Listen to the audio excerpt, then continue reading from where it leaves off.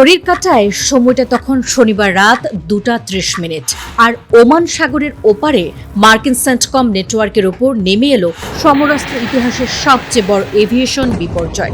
আমেরিকার বিলিয়ন ডলারের air protection on থাকা সত্ত্বেও সুনির্দিষ্ট তথ্যের ভিত্তিতে কুয়েতের মার্কিন বিমান ঘাঁটি লক্ষ্য করে মারণাস্ত্র লক করেছে ইরান। চোখের সামনে মার্কিন যুদ্ধ বিমান ও হেলিকপ্টারগুলো আগুনে পুড়ে ছাই হয়ে গেছে এবং ঘাঁটি দুটি পুরোপুরি অচল। আইডিএফ ও মার্কিন কর্মকর্তাদের এই গোপন তথ্য আজ রাতে পশ্চিমা বিশ্বকে স্তব্ধ করে দিয়েছে।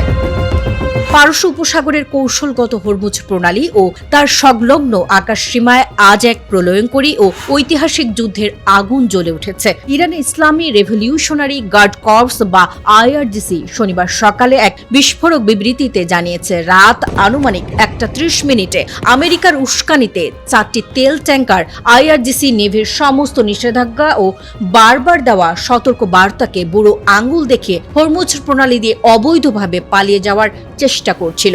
ইরানি নৌবাহিনী তাৎক্ষণিকভাবে অ্যাকশনে নেমে একটি ট্যাঙ্কারকে মাঝ সাগরে অবরুদ্ধ করে এবং বাকি 3টি জাহাজ পিছু হটতে বাধ্য হয়। এই ঘটনা ঠিক 1 ঘন্টা পর রাত 2:30 মার্কিন যুক্তরাষ্ট্রের ড্রোন বাহিনী চরম আগ্রাসন দেখে ইরানের কেশন দ্বীপ এবং সিরিক শহরের দুটি অত্যন্ত গুরুত্বপূর্ণ টেলিযোগাযোগ মাস্টে মিসাইল হামলা চালায়। আইআরআইবির অন গ্রাউন্ড প্রতিনিধিরা জানিয়েছেন, রাত 2:30টায় সিরিক শহর জুড়ে বিকট বিস্ফোরণের শব্দে সাধারণ মানুষের ঘরবাড়ি কেঁপে ওঠে। আইআরজিসির অ্যারোস্পেস ফোর্স সরাসরি কুয়েত এবং বাহরাইনে থাকা আমেরিকার মূল ঘাঁটিগুলো লক্ষ্য করে ঝাঁকে ঝাঁকে ভারী ব্যালিস্টিক ক্ষেপণাস্ত্র নিক্ষেপ করে। এই নিখুঁত ও মারণঘাতী ক্ষেপণাস্ত্রের তাণ্ডবে বাহরাইনে অবস্থিত মার্কিন যুক্তরাষ্ট্রের গৌরব, সে বিখ্যাত পঞ্চম নৌবহরের সমস্ত সুযোগ সুবিধা এবং স্থাপনা চিরতরে ধুলোয় মিশে গেছে, যা আক্ষরিক অর্থেই মার্কিন পঞ্চম নৌবহরকে বিশ্ব মানচিত্র থেকে মুছে দিয়েছে।